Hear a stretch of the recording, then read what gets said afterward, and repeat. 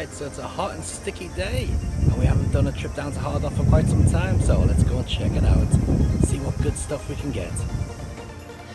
So, first of all, looking in the glass cabinet in the junk section, on the bottom shelf we see a nice front-loading Neo Geo CD and an MSX, and an N64 as well. Pretty expensive stuff. Got a couple of other things in there, a few accessories, there's a PC Engine, slim PS2, a couple of Wii's, a load of Nintendo DS's, and on the top shelf we've even got a couple of Switch units. Might pick one of those up actually.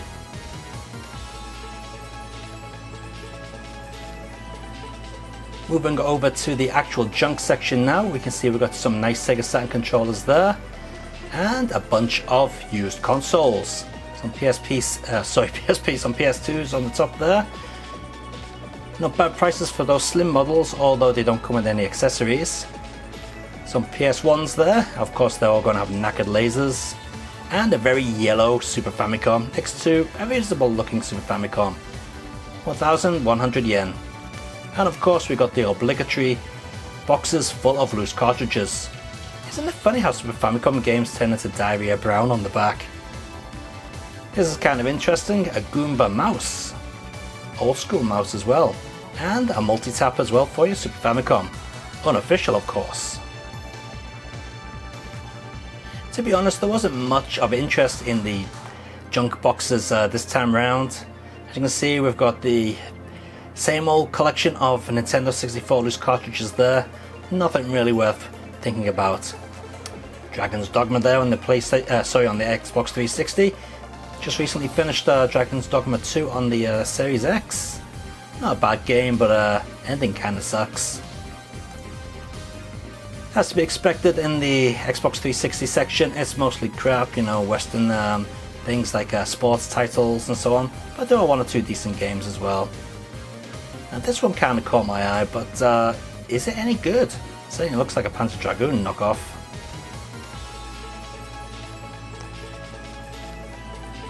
Now, at one point the PS2 used section, or the junk section, used to be much bigger than this, but as you can see, now it's got a load of PlayStation 3 games there as well. And the PlayStation section itself, the junk section that is, has greatly reduced. In this section here, this is not the junk section, this is the section where all the good stuff is kept. And as you can see, there's a lot of unboxed games going for very high prices. I wouldn't bother, I'd just play a ROM. If you're not getting the box and manual, why pay so much money? Some nice minty Xbox 360 games there, some pretty good titles as well. Although the prices are a little bit expensive. You'd expect Xbox to be quite cheap in Japan, but no, it is pretty expensive. That Samba de Amigo Maraca set's going up in price. I wish I'd kept mine. PS Vita fans will be happy, they have a good selection there, including Michael Jackson The Experience on PS Vita. How would that work? Now looking in the glass case, we've got some really good stuff here. You can see me there as well with my phone. Look at that, a Famicom data coder. They're quite rare these days. Some not so rare Neo Geo AES cartridges. We got a load of DS cartridges in there as well, some GameCube games. A load of those, I'm not going to comment, but to me they're a waste of money, those Nintendo Amiibo things. And up on the top shelf, look at that, we've got some PlayStation 3, but what I want to say, we've got some PC Engine CD-ROM games. Master System there next to the Famicom, 19,800 for an unboxed Master System? Very expensive. And some very expensive loose, oh actually 3,500 or thereabouts for a loose Aliens vs Predator isn't too bad. Load of PC Engine Hue card games there. And up here we've got some well overpriced Mega Drive games. I've actually got all of those games. If I sold them I'd be loaded. Sega Mark III there, interesting. Next to Rob the Robot, and a very nice joystick. So in this cabinet we've got some really good quality stuff. Unfortunately it is overpriced in my opinion. But you know, if you don't have access to Yahoo Auctions and you're a tourist, what else are you going to do? Now on the right side, we can see we've got some more unboxed games. Here we go. Now these are not classed as junk, these are classed as the very clean and good looking games.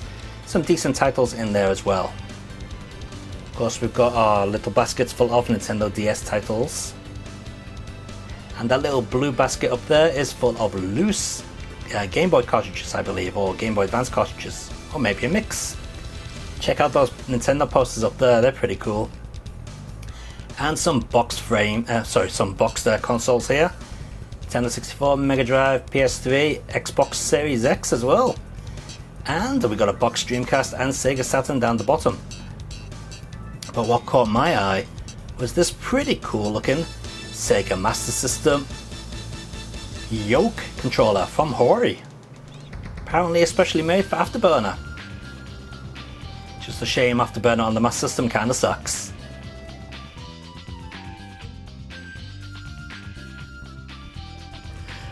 Alright, so we're back in the house. What did I actually pick up from Hard Off?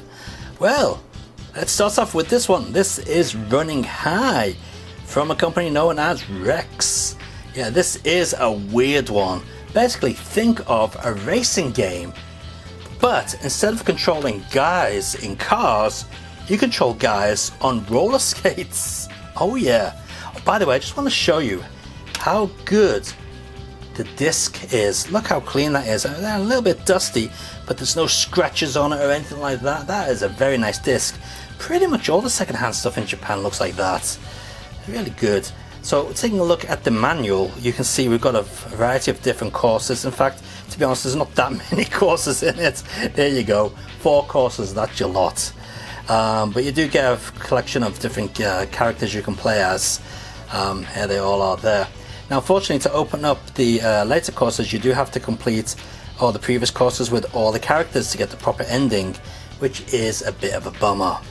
But still, the 3D engine on this game is not bad. It's kind of decent, and it would work well in a proper car racing game. But I don't know if it was actually ever used in a car racing game, to be honest. Definitely an interesting title, and if you see it around, I would recommend picking it up. Yeah, not bad at all. That is Running High. Quite a rare title these days, actually. Alright, up next is Killing Zone. Now this actually got a release in the West. It's bloody awful. It's made by the same company, I think it's Scarab, and that's Soft, just a distributor. But I think it's, oh, hang on, we got 2 games in here. What have we got? We've got Killing Zone and got a Gatchaman title in there. Alright, must have been playing that. But yeah, this is made by Scarab, and Scarab are this poor gaming company. They also made Van Battle, was a pre-title. Battle Monsters, it was released as, on the Sega Saturn, which is kind of similar to this, but it's a 2D fighting game with monster characters, and that's bloody awful. But this one takes the cake. This one's even worse. It really does look like it's an unfinished game. It is awful. And the weird thing is, it actually got released in the West. Very, very odd. But yeah, I do not recommend buying that. I didn't even know about this game, and I thought, go on, it's going to be bad, but I wasn't prepared to see how bad it really was. Talking about bad, here's another bad game. This is C1 Circuit. Now in Japan, the PlayStation has so many racing games, you wouldn't believe it. I mean, they got racing games by the bucket load. They got so many, especially on the PlayStation. Oh, we've lost the light there. What's going on? A bit of a jump cut there. The light is back on. So as I was saying, they got racing games by the bucket load in Japan. And of course, some of them are going to be pretty bad. And this is definitely one of the worst ones on the PlayStation. In fact, it's so bad. Look, they don't even show you any of the race courses in the manual. Yeah, that's how bad it is. In fact, it's not even a traditional racing game. I had a quick go of it about a couple of weeks ago when I first got it. And from what I remember, I think you kind of just pick stats and then drive your car down the road, see how it performs against a timed car or something like that. I really don't remember, but it was bloody awful, I remember that much. So yeah, C1 circuit, even though it cost me 50 yen, worth the 50 yen. Now here's one that we see an awful lot on Yahoo auctions, and it always goes for a pretty high price. This is Battlemaster. Now taking a look at the back of the box, you can see it is a 3D fighting game. But when I loaded it up, it wasn't a 3D fighting game as you'd expect. You seem to have to build your characters or build your stats up, and then you put them in the arena and battle them. I do like this little pull out they got here with all the different characters and so on. You can put your little memo notes there as well if you want. That's kind of nice. But yeah, I haven't really played this one too much. I've only had a quick look at it, but it does seem very interesting, and it must be decent because, as I said, on Yahoo auctions it always goes for a pretty high price. It's never really that cheap. I think the average price of it is 4,000 to 5,000 yen. You know, for the complete copy, which is not that cheap, considering you can get Tekken 3 for a couple of hundred yen. But yeah, I'll have to play this one some more and see how it actually is. Maybe I'll do a video on it in the future. But it does look kind of interesting. I'm not talking about those either. Alright, here's another one that actually got released in the West under some weird name like Skater, where the E is in number 8. There's actually a sequel to this as well. Now this is actually by Altia Double. Now Altia Double don't really make action games.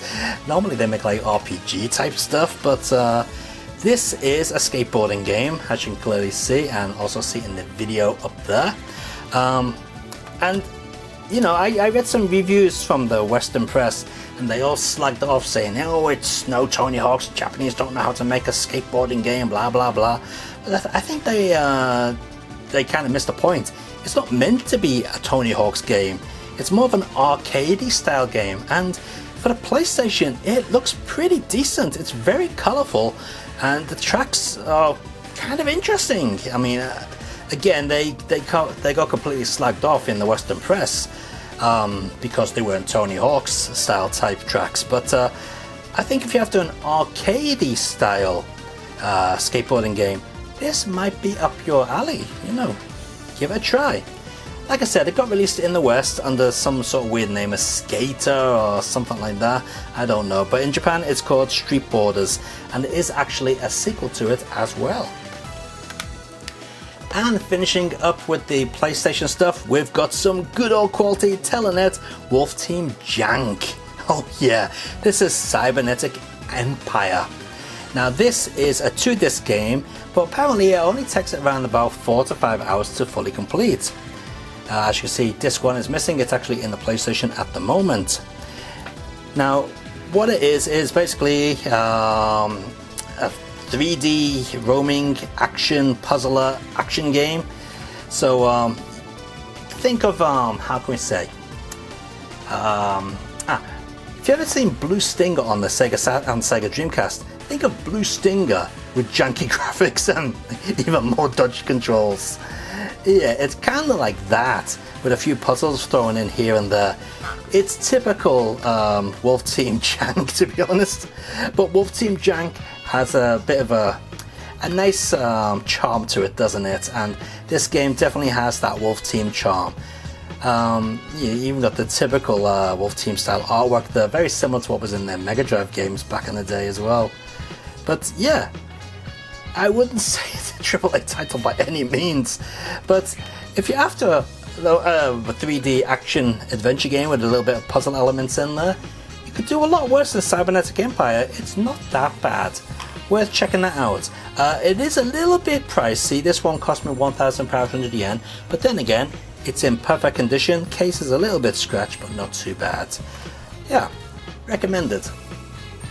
Now moving on from the PlayStation to a more newer system, this is PlayStation 4, and this is Shadow of the Ninja, as it's known in English, based upon, or I shouldn't say based upon, it's kind of loosely based upon the the Famicom game and the NES game of the same name, and that was also by Natsume. So is this. This is actually part of the Project Tengu series of games. So basically what you can expect is a really nice pixel art action game, and I love this. I've been playing this quite a lot for the last couple of days. Excellent title. Unfortunately, it doesn't come with any manual, but we do get a nice colorful disc. So let's just get that the right way around there so we can take a look. Yeah, very nice indeed. Now, some of the Project Tengu games do come with reversible cover. This one does not, unfortunately. But yeah, highly recommended if you're into your old school pixel art games. And when I say pixel art, I don't mean something that looks like some shitty old Nintendo game. I mean proper pixel art, like 32-bit style pixel art, the type of stuff you got on the Sega Saturn. That's what this is. Very nice, definitely recommended.